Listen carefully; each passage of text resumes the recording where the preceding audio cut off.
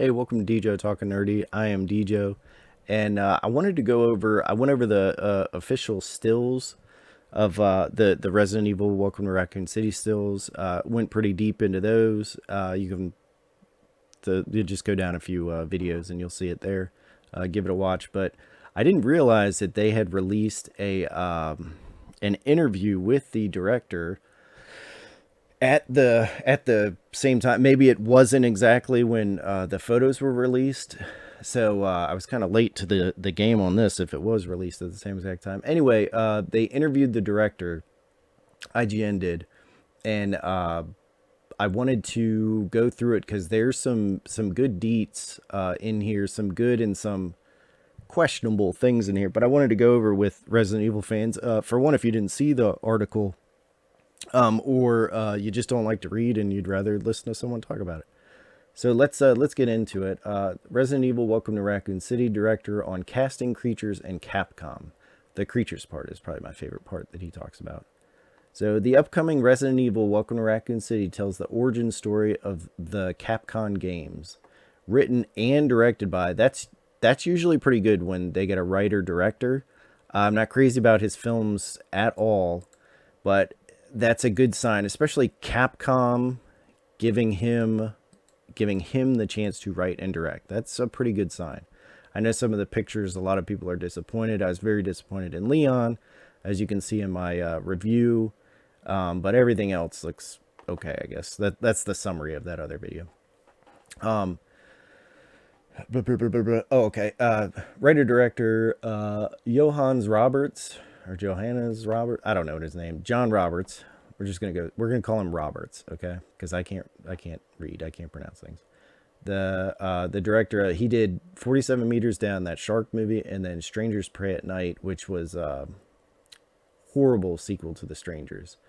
Absolutely horrible. I fast forwarded through the entire. Well, I watched like the first 10 minutes, and then I was like, no, I can't do this, and fast forward through it, and it was garbage the whole way through.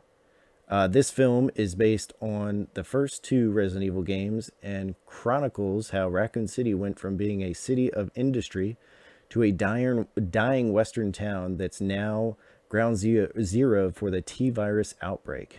In an exclusive email interview with IGN, Roberts, oh good, they call him Roberts too, elaborated on the difference between his Resident Evil movie and the prior Screen Gems film series starring Mila Jovovich, and producer Paul W.S. Anderson, as well as how his vision for the movie draws not only from the Capcom games, but also John Carpenter era genre filmmaking. That's awesome too. We'll get to that. So here it is. Resident Evil Welcome to Raccoon City. So the pics. So we'll just do a brief. We'll do a brief, okay? That's Leon. Very disappointing. He's an okay actor, but I mean, you want to go from like such a to me that's like changing Black Panther to a white guy. Like, it's such a vast change. That's why I think fans are like put off guard. And then a lot of them are saying like this looks like cosplay and stuff. I think their stuff looks fine. It better say RPD on there, which I don't see it. I think it does say on the back though, because if you research the hashtag, you'll see some behind the scenes leaked photos too. So I've seen his it doesn't look as generic as what people are saying. I think it looks fine. Claire looks fine. She needs to eventually put her hair in a ponytail, which I'm sure she will. Jill's long curly hair, I hate. She does have little shoulder pads here, so it's kind of the costume. She looks like a girl that can take care of herself. I do like the blue, green. This is actually Richard Atkins. They had it wrong at first. They changed it now. So you can actually see in my previous video, they messed up and they called him Vickers. And I was like, how's Vickers there? He's got to pilot the chopper. But and it looks like if you see Richard has the yellow shirt in the game, but then he has the red vest like Barry Burton and red hair. Because I think he has brown hair in the game. But so he's an amalgamation of Barry. And then we got Wesker, and everyone's like, why doesn't he have his glasses? For one, the human Wesker, well, he had them in the game because for aesthetics, cool looking, but in real life, you would not wear sunglasses into a cold, dark, stormy mansion. Slimy, corroded, gross mansion. So he does not have them here. I imagine in the sequels he will, because once he's upgraded, you can say, he can wear sunglasses all the time. It doesn't matter because he's got the crazy cool eyes. Chris Redfield is spot on and badass looking. He brought guns with his gun, so that's cool. I'm excited. I hope they make figures of these. But he's the only one that looks like from the game, looks fantastic, and everyone's praising him. He looks good. Robbie Amell's a good actor, so I think he'll do just fine. She's a good actress too, so I think she'll do fine as Jill. Is just a little off-putting. Like I said in my other video, I hope she has the beret and it falls off or something. And then this, a lot of people are lunching on this. I think it's a still. I think it'll look good once it's lit and in motion in the movie. So, yeah, and that's Lisa Trevor from the remake of the first game. And she's very creepy. Very, very creepy. So, all right, let's get back to the interview. Resident Evil is one of the most commercially successful video game movie franchises ever. Why reboot it instead of continuing it? Because the movies they're guilty pleasures. I like them enough, but they're garbage in the sense of what the games are. Like, they're vast difference. You know, they don't even follow the games for one, like at all. So Roberts, I actually love the first movie so much. I think it's great, and Mila just created such an iconic character. But it was its own thing. It wasn't really Resident Evil as I knew it. That's how I felt in the movie theater. I was so like, I watched that. It's kind of like people watch the Avatar: The Last Airbender live action movie. They're like, what's going on? Where's Chris? Where's Jill? You know, why are they doing this and that? Anyway, that's how I felt. The same as people watching Avatar or Avatar and Ong and all that stuff. Anyway, knew it. The previous movies never captured the game and the feelings I got when playing the game. That's not criticism. I think it just went in a different direction. Let's see. I wanted to go back to the horror of it all. Very cool. I wanted scares and atmosphere rather than full-on action, which the Resident Evil movies turned into like crazy Matrix type action, which is fun, but it's not Resident Evil. I think fans of the game felt the same way. They wanted to see the iconic characters and locations and feel that the movie was more in line with the Resident Evil game world, so that's why they really so that's really why okay, sorry. So that's really why we chose to go in that direction. We worked hand in hand with Capcom on this movie. That's awesome. That's great. To the point that we actually got blueprints from them on the designs of the Spencer Mansion and Raccoon Police Station in order to recreate them as perfectly as we could. We even have the exact artwork on the mansion walls. That's so cool. That's absolutely so cool. Capcom saw it for the first time the other day and was so happy and excited. And that, as a nerd, made me so happy and excited. That's really cool. So he sounds like one of us, you know. He sounds like a good nerd. Sorry. I just watched Crawl with her. I'd been wanting to see that anyway, and then I saw she was Claire, so I was like, all right, I need to check this movie out, see if she's cool. She's a good actress. She was fine. I think she'll do Claire justice. And she looks more like the Code Veronica Claire than anything, but she looks like a Claire. Let's put it that way. How do these incarnations of characters such as Jill Valentine and Leon Kennedy differ from their versions in the past films? So notice here, okay? If you've watched anything of mine, you know I'm I'm not into, but I'm against like the social justice woke mandates of you can't have straight white males and this and that as heroes anymore, and yada yada. So notice the two people that IGN specifically asked about when asking this question. Jill Valentine, who is played by, I think she's white and Haitian mixed. So biracial woman. And then they ask about Leon S. Kennedy, and that's played by, I believe he's Indian American. So they ask specifically, which is good because that's what everyone's asking. Like, what's going on here? But he goes right for that question. So there was like like a what, why, you know, which is cool. I'm glad they asked, because that's what I would freaking ask if I could sit and talk to the director. Anyway, Roberts. So this is him answering that question. Roberts, the difference with the film as opposed to the previous movies is that it is an assemble where each of the main characters, some whatever, it's a big cast of the main characters, and it carries huge importance to the narrative. An ensemble cast, yeah. So it's like it reminds me of what I thought the first Resident Evil was going to be. Like they had this big cast, this big team going in, and I was like, oh, the spiky haired dude that's there to find his sister, that's going to be Chris. Like he's going to reveal his name. He was actually a STARS member, and he, was lying to get his way in here. And then it's like, nope, he's just nobody. So anyway, and that was a big ensemble cast. I remember a lot of the characters very specific. And then later you have what was the you had Jill, and that's really all I remember from that. And then the third one, you get a more ensemble class. You have Claire show up. You have Carlos and different things. And here you're going to right away have like an ensemble cast like Aliens. Like you're going to know these characters, whether you've played the games or not.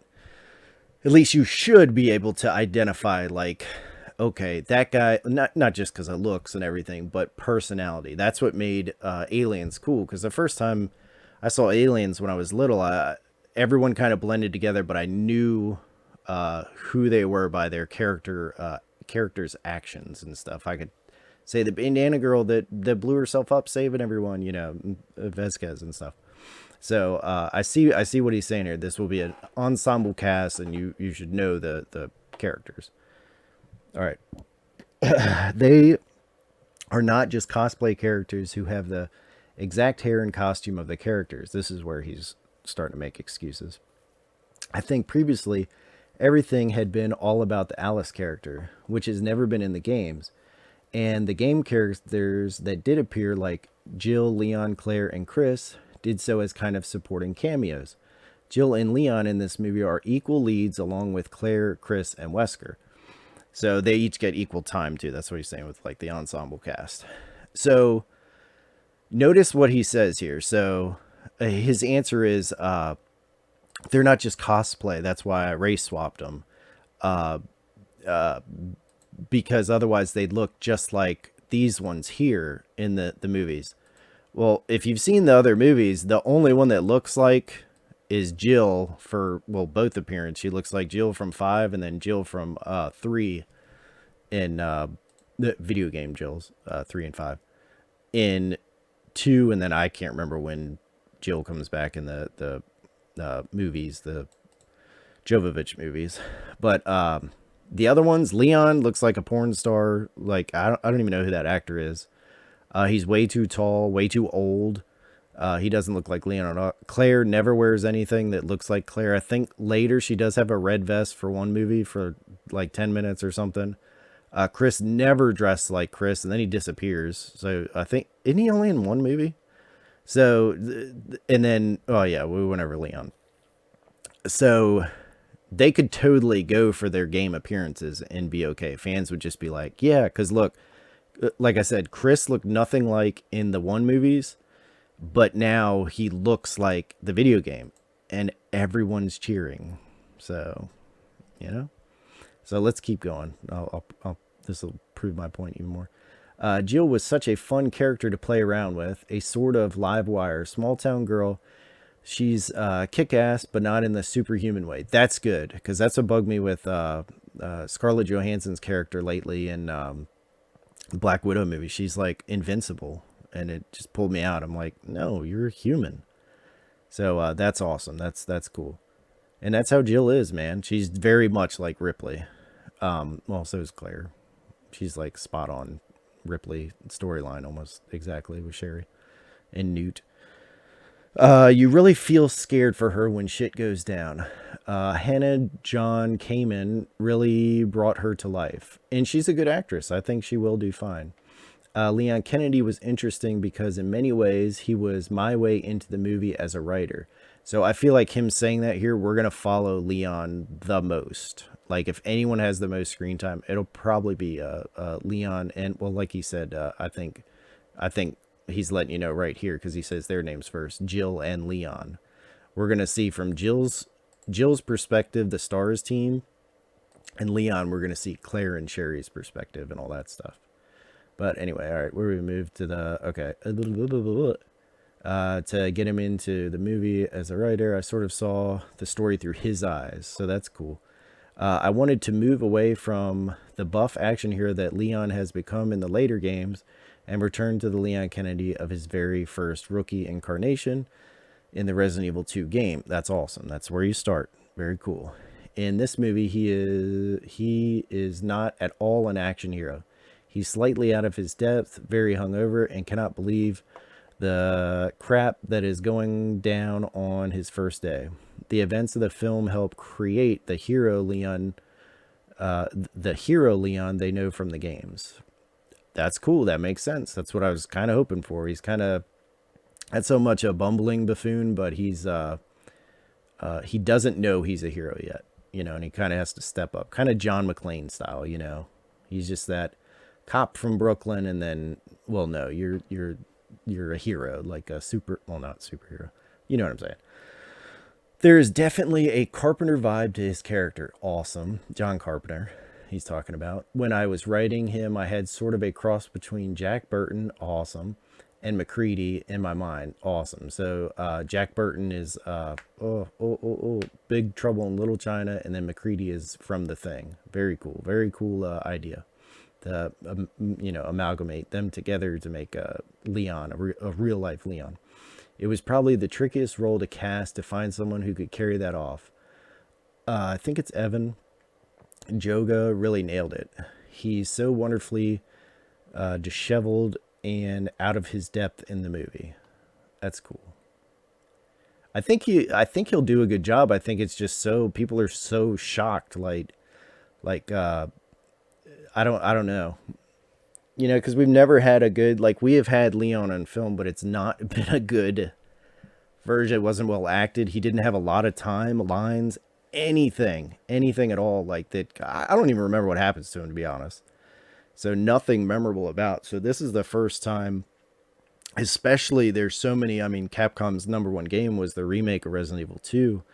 It's made so much money. That means so many people see that as Leon, and then you go, bam, Indian guy. It can be jarring. And I know I'm a white guy saying that, but I've been in the Twitter, all the comment sections and stuff, and black, white, Indian, Asian people, everyone is like, what?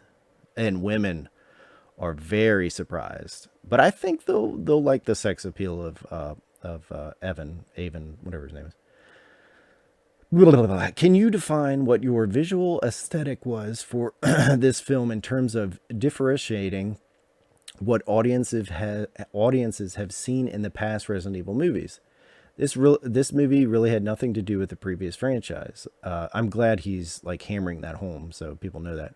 This was all about returning to the game and creating a movie that was much more a horror movie than the sort of sci-fi action of the previous films.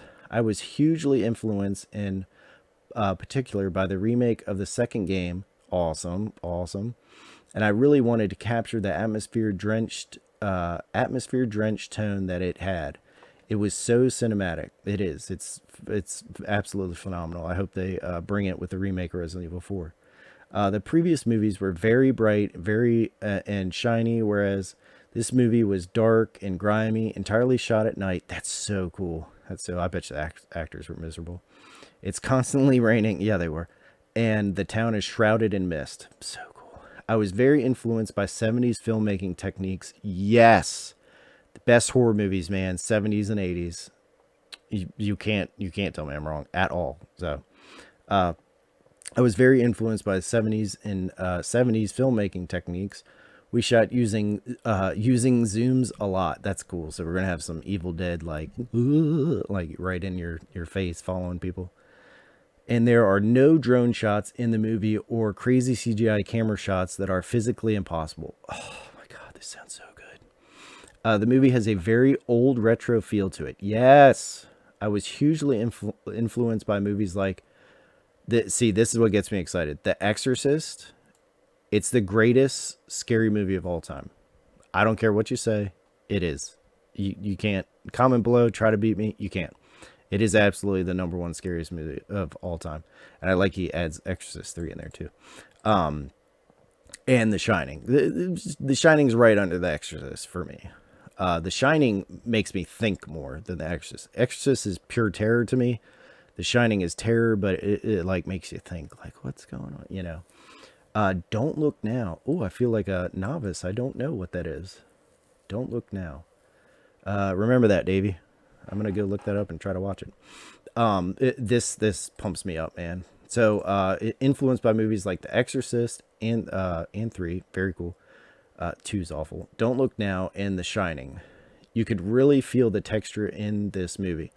Nothing in this town feels high tech. It feels dilapidated. I wanted Raccoon City to feel a bit like the town in Deer Hunter. Another amazing movie.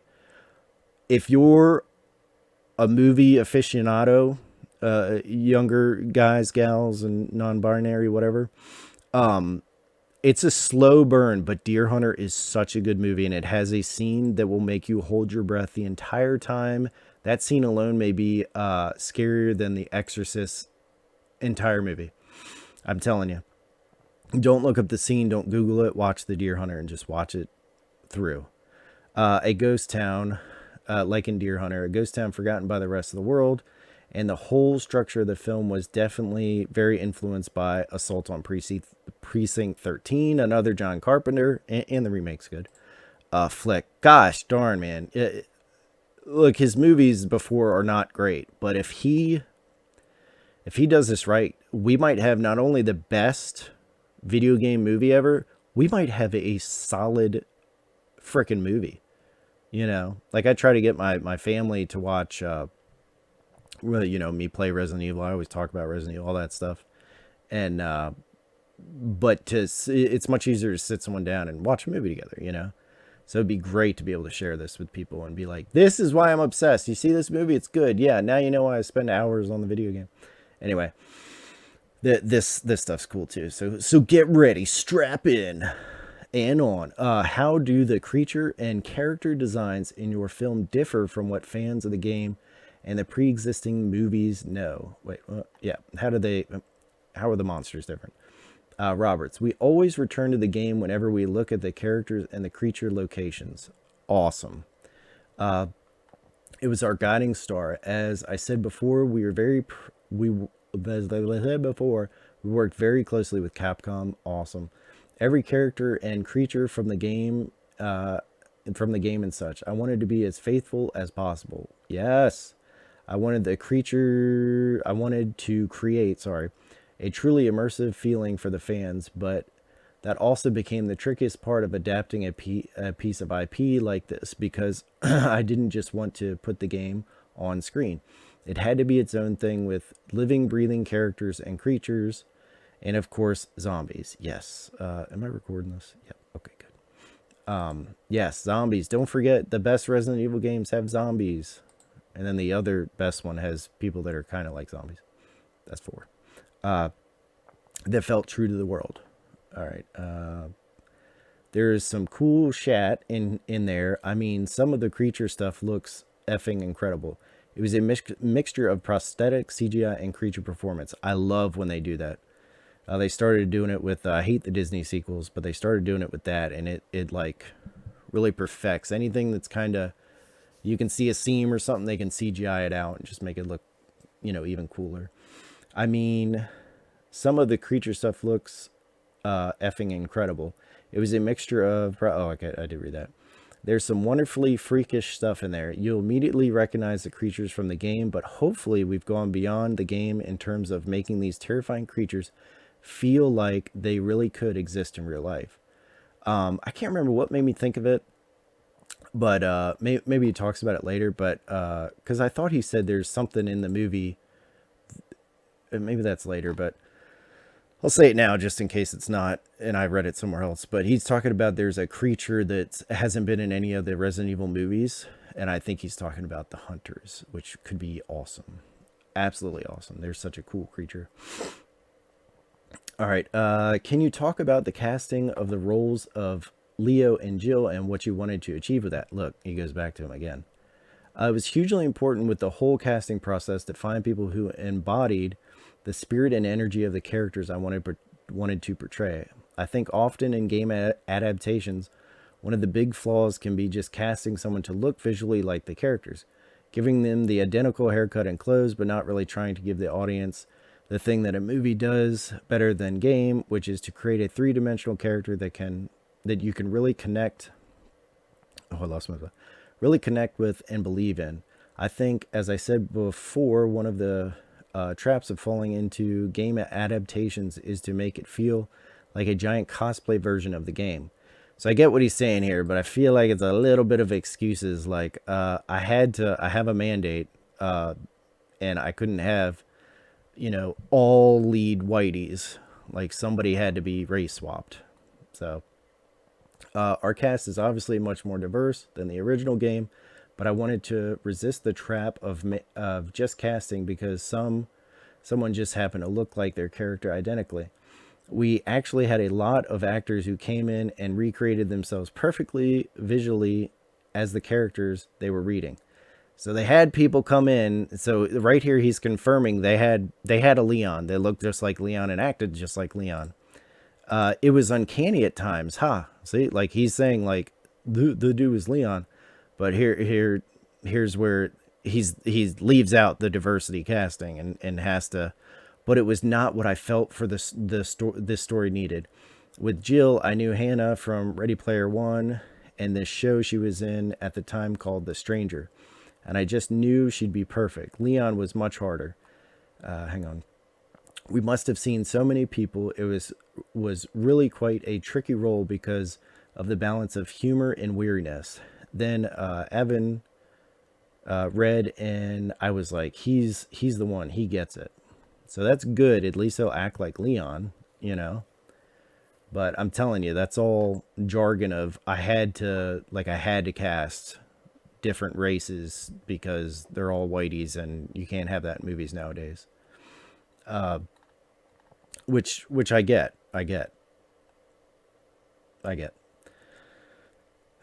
Anyway, what was I hate it. I hate it.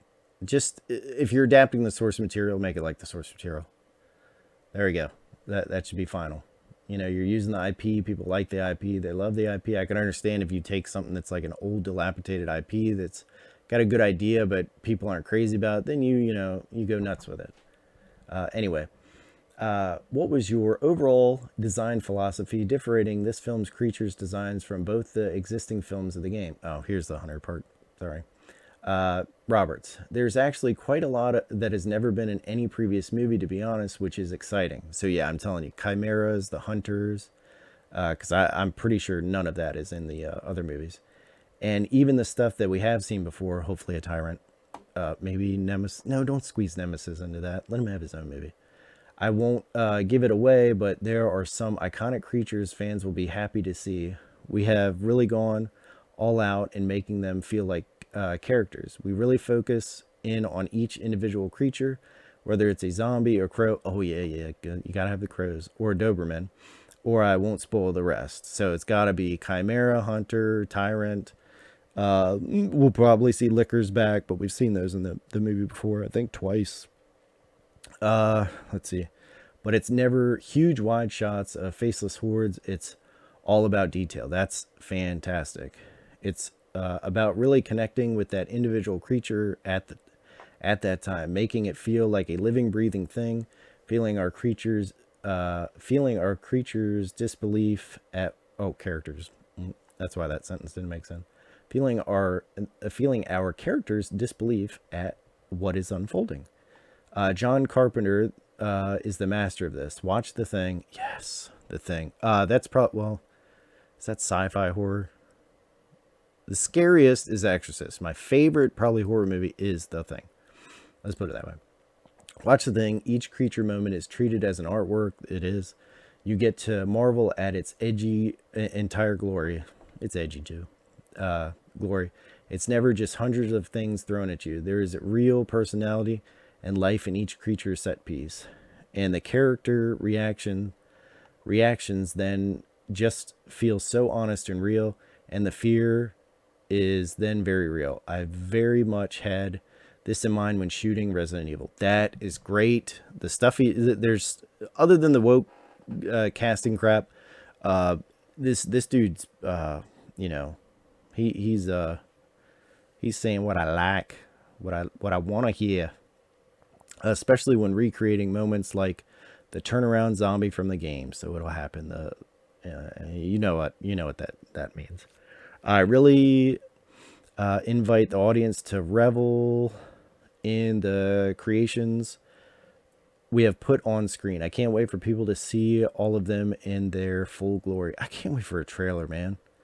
How much does the story of Lisa Trevor come into play in this film, and what is the importance including her here in this film? So I knew when they showed a still of her, they were obviously she's going to have a more pivotal role. Especially in my other video, you'll see who they cast, and not only is she gorgeous, but she is a big martial artist, ballet dancer type. So you're not going to cast someone like that and just have them be a gruesome monster. I guarantee we get some flashback scenes. Okay, so Robert says Lisa Trevor is actually quite a pivotal role in the movie. I was always fascinated by her when playing the remake of the first game. She was so fucking creepy and scary. I found her character both disturbing and at the same time strangely haunting. When we were discussing how to bring the story to life, it was one of the elements that I really wanted to feature strongly, as she has never been in any of the film versions of Resident Evil. I wanted her to be a three-dimensional character, not just some creepy specter. We cast Marina Mazepan, who had just done Oh, I just did a trailer reaction to that. Oh, cool. All right. Wait, is she the main actress in that? I don't know. She's probably one of the monsters. And really worked hard in bringing this character to life in a way I think the fans are going to love so much. She's terrifying, but also tragic. In the movie, we really connect her to Claire Redfield's story, starting with the orphanage where Claire grew up. That's kind of weird. Wouldn't you think it'd be Jill? I guess Claire and Chris grew up in an orphanage, but wouldn't it be easier to make it Jill? Because Jill's a single, like, she has real no attachments other than to, like, kind of a love interest to Chris and the Stars team, of course. But, and then in the game, it's Jill that interacts with her, so to have Claire is really weird. Maybe they misspoke. Was that the end? Oh, all right. Yeah. So that was the interview. It gave some good deets, man. And it made me very excited. I mean, I've chatted my friends' ears off about this, so I figured I'd chat your guys' ears off. But a lot of good, interesting things he brings up. The John Carpenter bit, The Thing, Exorcist. Like, he had all these fantastic movies in mind when he was making this. I kind of wish he'd mentioned Day of the Dead, Night of the Living Dead, Dawn of the Dead, Day of the Dead, because, I mean, that's what Resident Evil really influences and stuff. But he did say 70s horror films, and that's where they were. I think one is in the 80s. Maybe Dawn and Day are in the 80s. But anyway, because the Day of the Dead always reminded me of the underground laboratory from Resident Evil 2 and everything, like them being stuck there, you know, and the grimy, everything's kind of falling apart type deal, you know. But he really, because his movies these previous ones are pretty bad. So I was pretty scared, but he's charming me.